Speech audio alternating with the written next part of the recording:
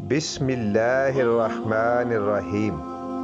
سورۃ النبع کے فضائل۔ سورۃ النبع مکی صورت ہے، اس میں 40 آیات اور 2 رکوع ہیں۔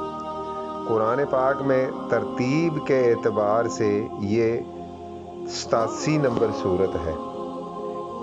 نبع کا معنی ہے خبر۔ اس صورت کی دوسری آیت میں قیامت کی خبر کو بہت بڑی خبر قرار دیا گیا ہے۔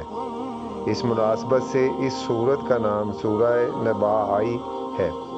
سورۃ النبع میں خبر سے مراد قیامت اور آخرت کا بیان ہے۔ کافر لوگ قیامت کے بارے میں طرح طرح کی باتیں بناتے تھے۔ سورہ نبع میں ان کے اس طرز عمل کی طرف اشارہ کیا گیا ہے، پھر قیامت اور آخرت کی حقیقت سمجھائی گئی ہے۔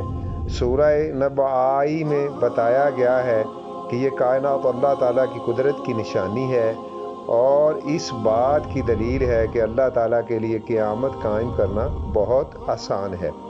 اللہ تعالیٰ نے اپنی نعمتوں میں رات اور دن کو بھی خاص طور پر بیان فرمایا ہے۔ سورۃ النبع میں نیند کو اللہ تعالیٰ نے اپنی ایک خاص نعمت کے طور پر ذکر فرمایا ہے۔ اگر غور کیا جائے تو یہ ایک ایسی نعمت ہے کہ انسان کی ساری راحتوں کا مدار یہی ہے۔ اس نعمت کو اللہ تعالیٰ نے پوری مخلوق کے لیے عام فرما دیا کہ امیر غریب، عالم جاہل، بادشاہ مزدور، چھوٹا بڑا، سب کو یہ دولت یکساں عطا ہوتی ہے۔ اس صورت کے مطابق ہمارے اعمال لکھے جا رہے ہیں اور قیامت کے دن ان کا نتیجہ ضرور نکلے گا۔ دنیا میں اللہ اور رسول صلی اللہ علیہ وآلہ وسلم کی نافرمانی کرنے والے آخرت میں ناکام ہوں گے۔ قیامت کے دن پرہیزگاروں کو جنت ملے گی، جس میں ہر طرح کا انعام ہوگا۔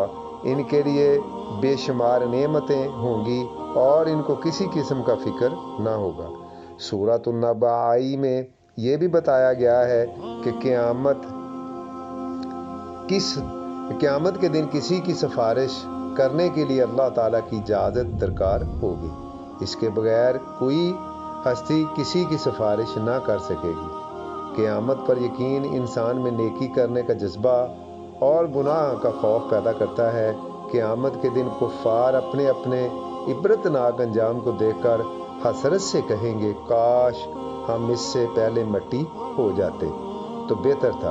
سورہ نبع میں انسان کو خواب غفلت سے بیدار کر دینے کے لیے کافی ہے۔